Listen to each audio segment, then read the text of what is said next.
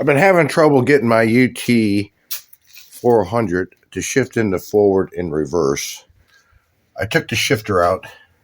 Goes right in this area here.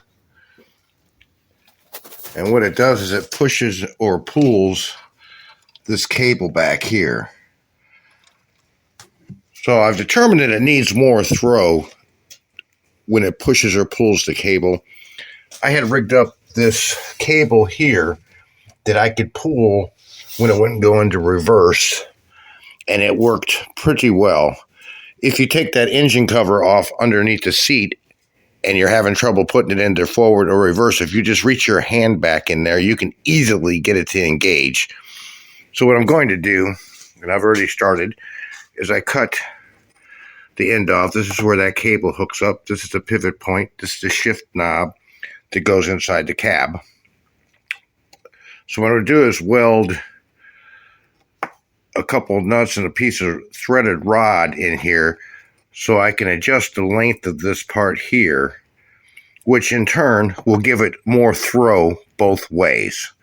So hopefully the fix will work. If it doesn't work, I won't bother posting the video. Okay, so what I did, this is the linkage out of the side-by-side. I just welded the two nuts to it, and that way I can lengthen or shorten the distance between that point there that hooks up to the cable and the pivot point. So the longer the gap, the bigger the gap in between those 2 points there you see, the more throw the cable's going to get. So hopefully this will fix the problem. Okay, this isn't working right because what is happening is with this piece screwed on here as so, being adjustable, instead of pushing the cable, this piece is turning like this. So I have to make a way to make it secure.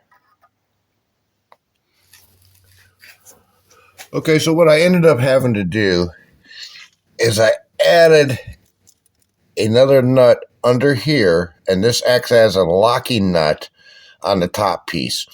The bottom part of this thread down here, I just welded it to this other nut down here so it won't turn down here. So if you want to lengthen or shorten it, you have to undo the cable here, turn it counterclockwise to make it longer, clockwise to make it shorter, get it into position, and then lock it in with the bottom one. Now, it's hard to see, but I ended up with enough gap between the top and the bottom to where I can stick my finger in there. That seems to be a good point there, so I don't want to mess with it. I should have painted it before I installed it, but with that little tab at the bottom, there's a little spring-loaded tab that locks it into forward, neutral, or reverse.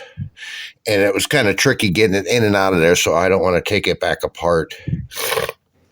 Seems to be working pretty well. I tested it last night. We'll give it a quick try now.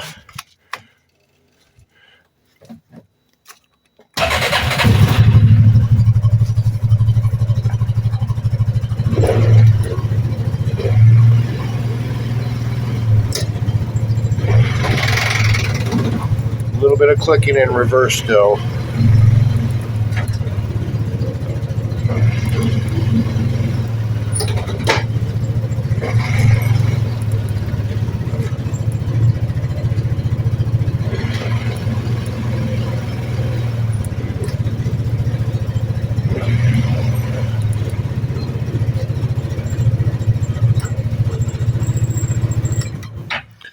So it's working pretty good. I'm not going to mess with it anymore. I'm going to drive it some and just see how it acts. Hope it helps you.